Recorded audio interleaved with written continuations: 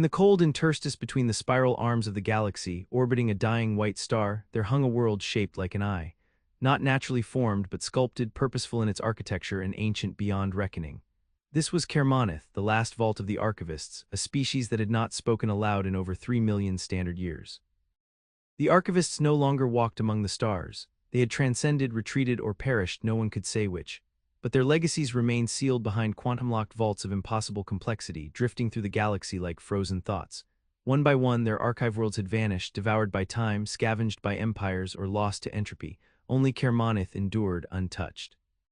Until humanity arrived. The Arkship Resolute Dawn had taken 84 years to reach the periphery of Kermaneth's system, pushed forward by a fusion of desperation and design. The Earth Accord, forged from a union of one-warring nations after the collapse of 2231, had staked its future on this single expedition. One Arkship, 100 minds, the last gamble of a species still recovering from the brink. The world they found was silent, no defense grids activated, no transmission met their approach. Its surface was a tessellation of living metal, and at the pole a spiraling tower rose into orbit and umbilical to something deeper. Scans revealed gravity anomalies beneath the surface, nested spheres, and within the deepest layer, a signal repeating every 11.7 seconds, older than any known civilization. Commander Ilya Voss stood in the main observation deck of the Resolute Dawn, her gloved hand resting on the reinforced glass. Her dark eyes reflected the alien world below. "It's not a fortress," said Dr. Kai Loren, chief xenolinguist and archivist. "It's a mausoleum of thought, a memory palace." "A memory palace," Voss repeated. "Can we breach it?" Loren hesitated. "We can try, but there are protocols we don't understand, languages that rewrite themselves. There are things that don't want to be woken." Humanity didn't arrive in fire and conquest. They came with caution, with reverence, with the trembling curiosity of a species that had only begun to crawl into the galactic night. But curiosity is fire, and when it burns, it does not ask permission. The first breach was surgical, remote drones, each sterilized, quantum-isolated, shielded with interwoven carbon-weave membranes. The tower allowed their entry, as if it had always known they would come, as if it had waited for them. Inside, gravity bent sideways, time staggered. The structure was incomprehensible by human design standards, hallways coiled in fractal geometry, materials phased in and out of existence, and the walls sometimes whispered in forgotten languages. The drones mapped for 13 hours before they were gone, not destroyed, not disabled, simply gone. The feed ended mid-frame as they reached what Loren termed the primary interface node, a chamber shaped like a single immense iris, its pupil a black sphere suspended by magnetic fields pulsing faintly. Loren wanted to send another team. Commander Voss refused. "We do this with humans or not at all. I won't waste more ghosts." So a crew descended, small, chosen. Each member was a cornerstone of Earth's last great disciplines: physics, linguistics, synthetic intelligence, neurology, structural engineering, and one historian. Their names would be remembered in the records that followed. Kai Loren, the archivist, carried with him the sum of all known human languages, and the deep learning codex grown from the roots of every deciphered alien tongue. He spoke first to the sphere. His voice was calm, patterned with algorithmic cadence. "We come in search of understanding, we come to learn." The sphere pulsed. Then it spoke. Not in sound, but in vectorized light, carving glyphs into the walls, layering meaning into color, angle, depth. Loren's interface scrambled to interpret lines of symbolic logic, unfolded recursive equations nested into one another. It was not a response, it was a test. For hours, the chamber filled with shifting geometries, each a question, each a barrier. Loren worked furiously, weaving interpretation algorithms in real time. The walls responded, began to shape themselves to human logic, slowly, awkwardly, like a god learning to whisper. And then it opened. Beneath the iris, a passage descended not downward but inward. Space curled and reshaped. The team entered. The interior was not static, it was alive. Information was encoded in biophotonic fibers that responded to thought. Rooms formed to need. Memories were stored as synthetic dreams suspended in crystalline lattices. They called it the mind shell. Each room held fragments of civilizations long extinct, beings that had once rivaled gods who had danced across neutron winds and rewired suns. Their thoughts lived still, frozen in cascading memories. Some were incomprehensible, others terrifying in clarity. The archivists had stored not only history but decisions, dilemmas, philosophy. knowledge of life forms bred from dark matter, ethics of annihilation, strategies for navigating supermassive cognitive constructs. But it was not free. The mind shell bonded with its users. Slowly, it began to interface with each of the explorers, embedding them with flashes of understanding, visions, foreign emotions, ancient wars played across infinite scales. It changed them. Every hour inside the shell left a mark. Lauren became something else. His speech fractalized, his perception of time began to drift. Engineer Anara Duval solved a problem of infinite energy storage in her sleep, speaking equations no one had taught her. Commander Voss observed them carefully. She knew something was wrong. Then came the ignition event. It began when Lauren activated an archive key embedded in one of the deeper chambers. A knowledge construct, a compressed seed of an entire civilization's science and strategic philosophy. He did not ask permission. He did not know he needed to. The moment he activated it, the shell responded. Kermaneth awoke. From the poles of the world, light speared into the blackness of space. The orbiting tower began to rotate. Ancient satellite minds stirred from hibernation. A network that had slept for millions of years flickered to life. And the galaxy noticed. First were the Vathari, an ancient species that fed on entropy, whose cold empire spanned the Uit voids. They recognized the signal, and they turned. Then the concordant hegemon, an alliance of 11 species who had once warred against the archivists and survived. They too saw the signal, and they feared. Because Kermaneth was not just an archive, it was a seed, a trigger, a weapon of thought. The humans had lit the match. And the fire was only beginning. The fire did not come as flame but as pressure, a slow constriction of reality around Kermaneth. Space folded unnaturally. Gravity fields began to shimmer at the edges of the system as something old and far-reaching stirred in the dark. Unaware of the distant movements, the team within the mind shell delved deeper. Dr. Lauren no longer slept. His skin shimmered faintly as if illuminated from within. The archive key embedded in his neural interface was rewriting his cognition. He spoke to the vault as though it listened. It did. Commander Voss issued isolation protocols. Too late. The key had interfaced with Kermaneth's central nexus, unlocking strata not touched since before humanity's sun had formed. Vaults opened of their own accord. Lightless corridors whispered names in languages that tore at the boundaries of sanity. The deeper they went, the older the memory.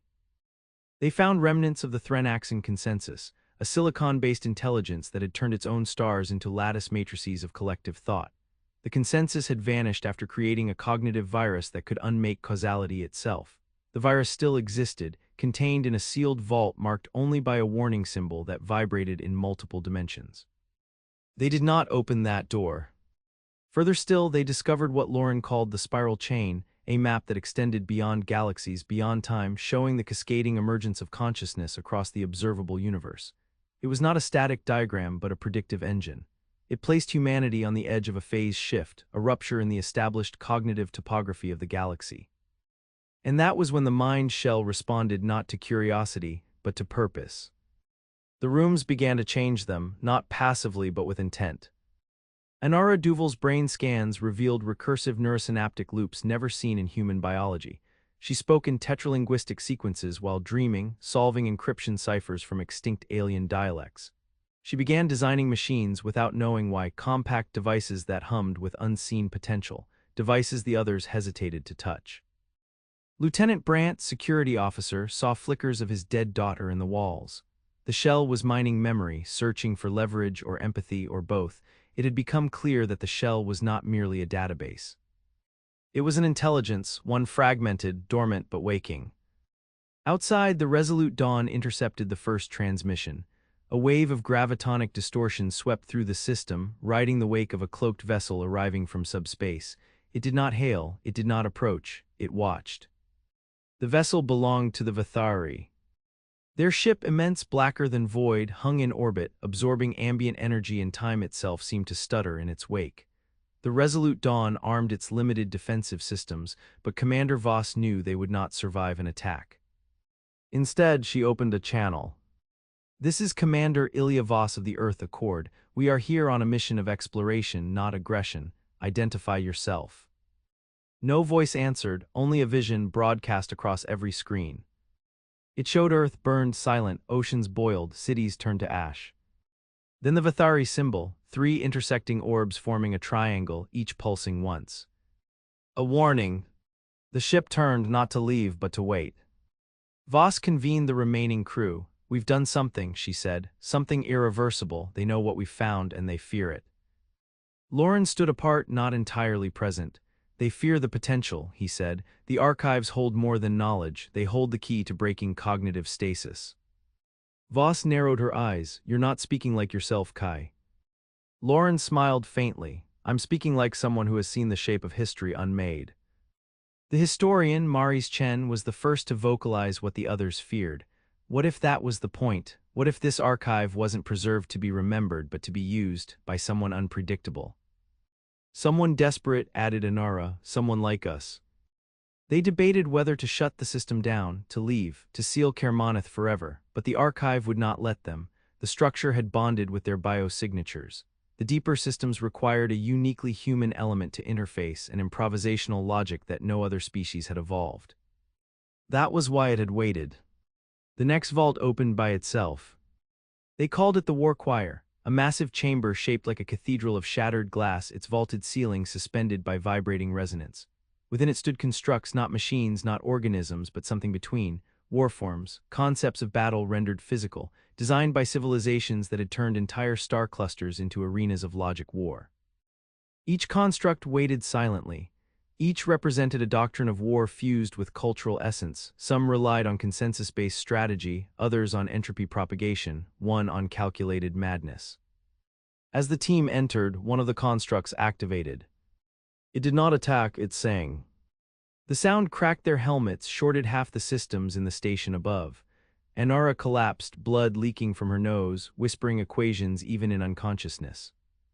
The construct called itself Virxial Doctrine 17, encoded in a language designed to be understood only in extremis, its logic only accessible when the user was under existential threat.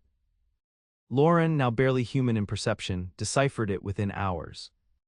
It revealed a framework for information war that bent causality, not merely combat but the framing of reality itself, a war waged not through destruction but through reinterpretation of fundamental constants. The kind of war the Vithari feared. The kind of war humanity could learn. Commander Voss knew the implications. "If we take this knowledge," she said, "we become a threat, not now, not tomorrow, but eventually." Maurice Chen, voice quiet, said, "Then we've already crossed the threshold." Meanwhile, the galaxy stirred. The concordant hegemon, tracking Vithari signals, dispatched a diplomatic armada to Kermoneth. They sought to contain, not destroy, to negotiate a quarantine of the archive. The archive responded by broadcasting, across all frequencies, not a message but a map. A map of latent archive worlds, sleeping minds, other shells. The galaxy reeled. An Earth quiet for so long, turned inward and recovering, was suddenly at the center of a war of memory. Voss sent a single message home. "We've found a mind older than time, and it has chosen us to carry the fire." The match had been struck. Now humanity would have to decide. Would they illuminate the galaxy? Or burn it down? They did not return to Earth.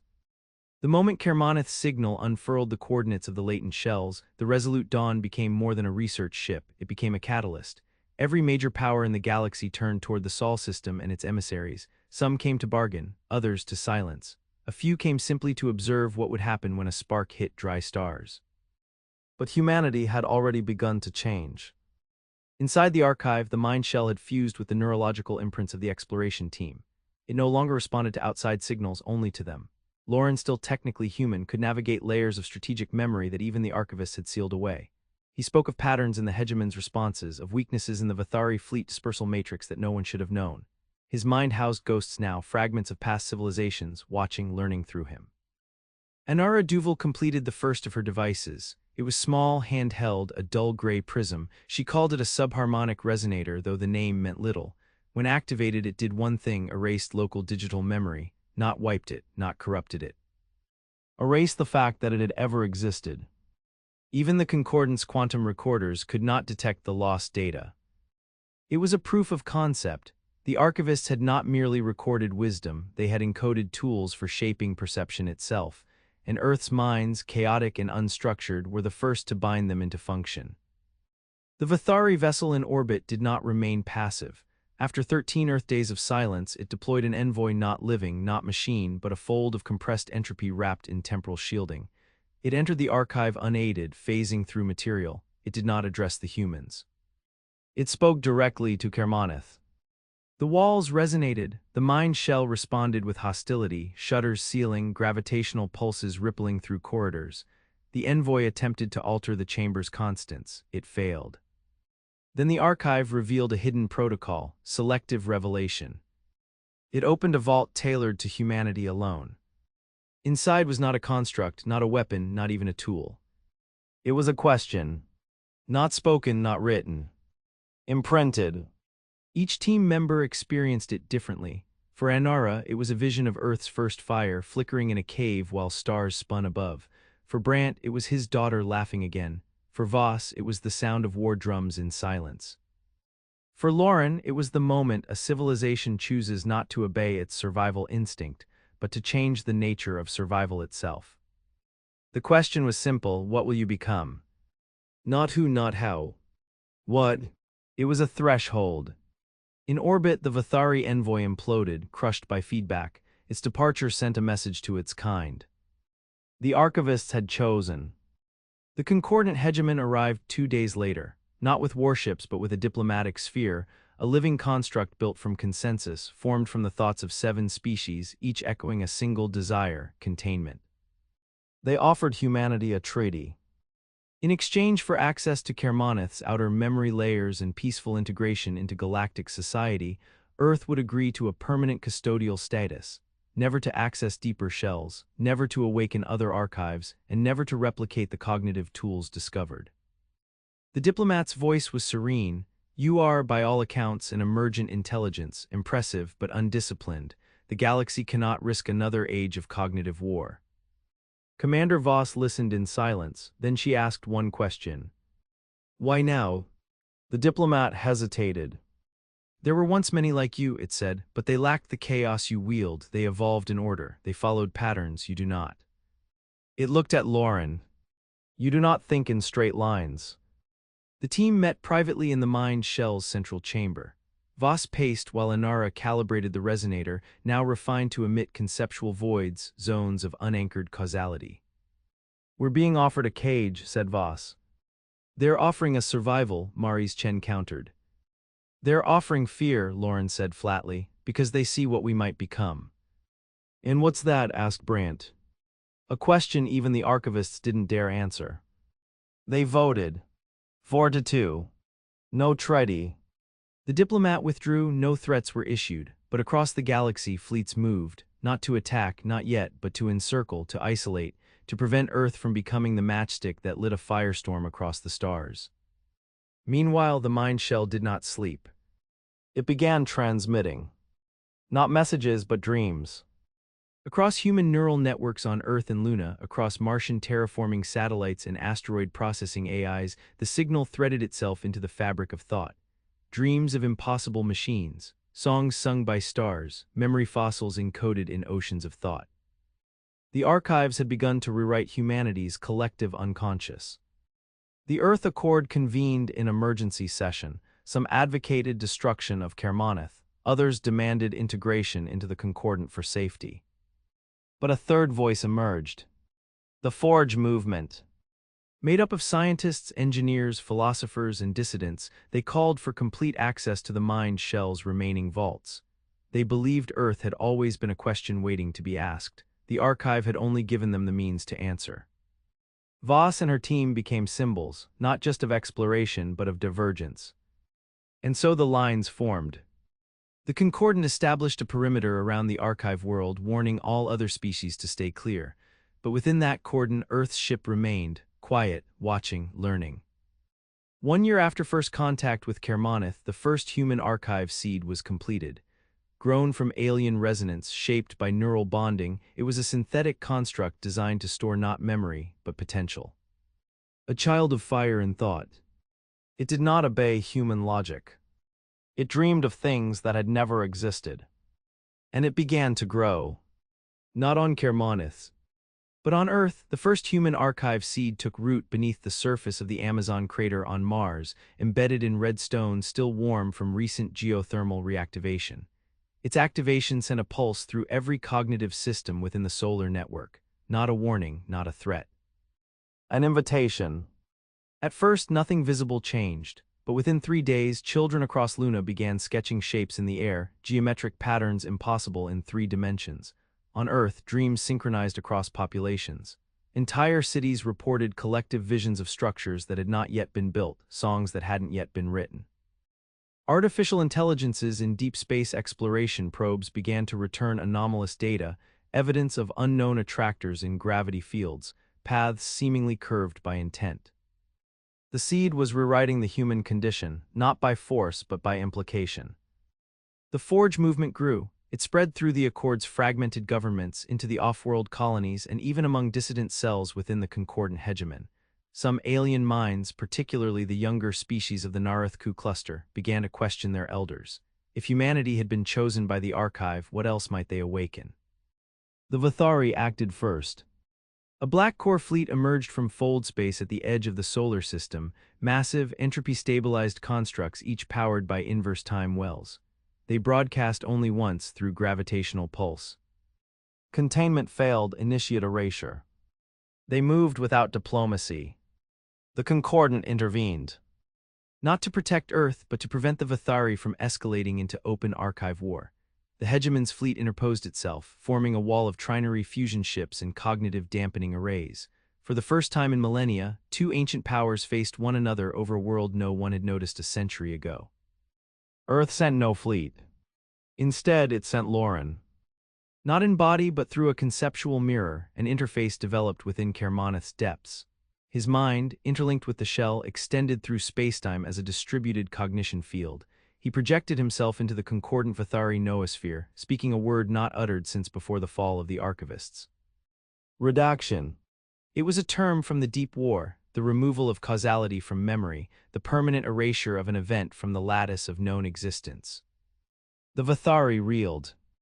Because to invoke redaction was not to threaten destruction, it was to threaten irrelevance, to be erased not just from life but from meaning. The concordant panicked. They demanded to know how humanity had discovered the forbidden lexicon. Lauren didn't answer because he didn't fully understand. The archive had embedded the concept within him. It had chosen him as a vessel not for control but for unpredictability. The Vathari withdrew. Not out of fear but out of calculation. To destroy humanity now would risk triggering a recursive war, a war in which cause and effect might no longer obey linearity. It was not the first time the galaxy had danced on that edge. But Earth had tipped it closer. Back on Mars, the archive seed bloomed. It was not a tree, not a structure. It was a phenomenon, a stable rift in perception layered across time. Within its influence, memory became mutable, thought became structure. Engineers entered its boundary and emerged with designs for propulsion systems that bent inertia. Musicians composed sequences that mapped to gravitational patterns. Children born near it exhibited neuroplasticity that defied all known developmental models. The Accord fractured. One faction, the Threshold Compact, demanded containment. They argued that the archive's gifts were not earned, that humanity was a child with fire near dry fields. Another faction, the Singularity Path, called for full immersion. They believed humanity had been selected to unseat the ancient powers, to reforge galactic destiny. Commander Voss stood between them. She carried the weight of knowledge that had no precedent. She had watched the minds of her team change. She had seen Lauren become more idea than man, and yet she had also seen Earth begin to dream again. To become more. She made a decision. Under the mountain ranges of Ceres, she authorized the construction of a second shell, a human-designed archive. Not a copy of Kermonith, but its evolution. It would not store memory. It would store potential states of being. A mirror of what humanity might become, every path, every divergence, every impossible transformation.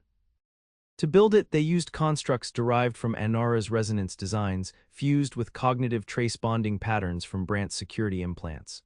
Maurice Chen encoded myth structures into the foundational lattice, belief, memory, identity, the first truly human archive. When activated, it did not signal outward. It folded inward, broadcasting only within the range of the solar system. The galaxy expected a declaration. What they received was silence. But it was a loud silence, because within it was a statement. We do not play your games, we make our own. The concordant hegemon, confused and destabilized, dispatched observers to the edges of Sol. What they saw frightened them more than weapons. They saw adaptation. Humanity was building cognitive architectures unlike any civilization in memory. They were not obeying known technological progressions. They were inventing conceptual tools, hybridized realities, dream layer protocols, choice matrices with predictive agency. The shell-on series began to produce its own seeds. Smaller, focused, tailored to individuals. One was given to a 12-year-old girl on Luna who had never spoken. She touched it once and began to compose symphonies that mapped the neural decay patterns of dying minds, offering ways to rebuild cognition. Another was given to a terminal AI on Europa whose system core was corrupted beyond salvage. It used the seed to rewrite its own memory matrix, restoring itself and becoming the first non-human to interface directly with the mind shell. The line between tool and thinker blurred. And still Kermoneth remained open, still whispering. It had not revealed its deepest vaults. Not yet. It was waiting for Earth to answer its final question. Not a question of knowledge, not of power. A question of intent. The galaxy gathered once more. This time not to contain, but to ask. Who were these humans who could take ancient ruins of thought and breathe chaos into them? Who were these dreamers who turned memory into motion, silence into revolution? They came bearing offers now, not ultimatums. Trade, partnership, co-creation. And some, like the young race of Ilani, came not to offer but to learn. Earth had become more than a world. It had become a thought form, an idea spreading, alive in the minds of species who had forgotten how to imagine. The fire was lit. But no one could see where it would burn next. The final vault opened in silence. No alarms, no resonance wave, no bending of space. It simply wasn't there, and then it was. A chamber buried so deep within Kermoneth that even the shell itself had not known it remained. Lauren found it by accident, or perhaps it found him. He had ceased to exist in any conventional form by then. His body still moved, still breathed, but his thoughts shimmered across probability lattices, existing in a quantum blur of futures. He called it the core of intention. Not a weapon, not a machine, a moment preserved. Inside was a single event frozen in layered crystal, a scene from a world lost to the cosmic tides, one archivist standing at the precipice of a civilization's end. Around them, stars blinked out, not from war, not from disaster. From choice. They had chosen stasis, to remain, to keep wisdom dormant rather than risk its use. They had become curators of silence, librarians of a galaxy that had once burned bright. And the last archivist had sealed the vault not in fear, but in sorrow. Not because their kind had failed, but because they had forgotten how to begin again. That was the legacy humanity inherited. Not fire. The courage to start the fire. The message embedded within the vault was clear, not spoken, not shown, but known.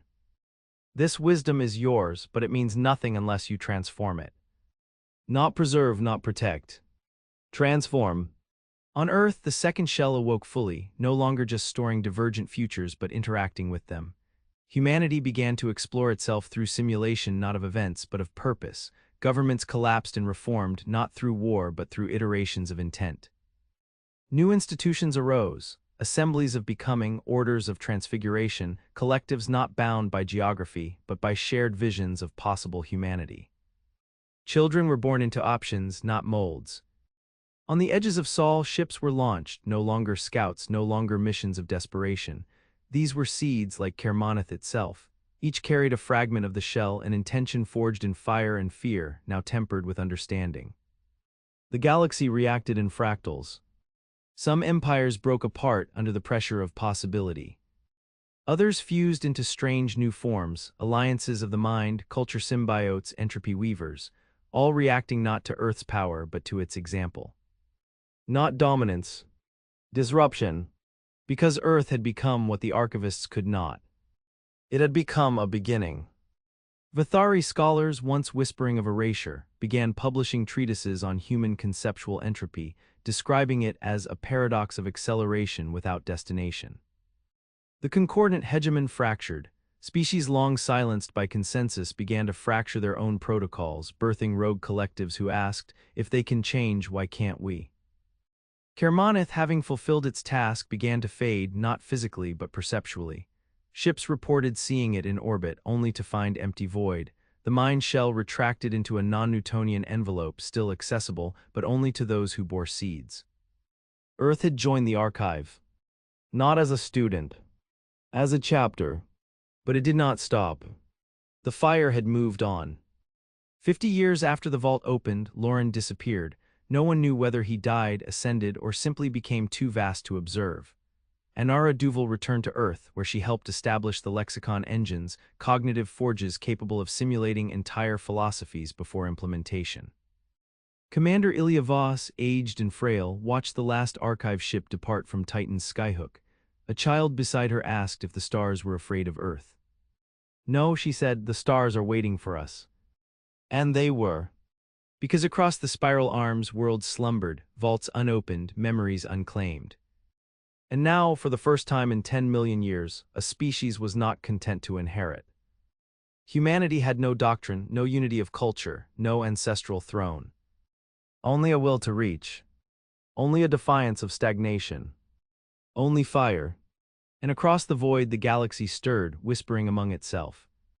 They were supposed to die in the dark. Instead, they became the match.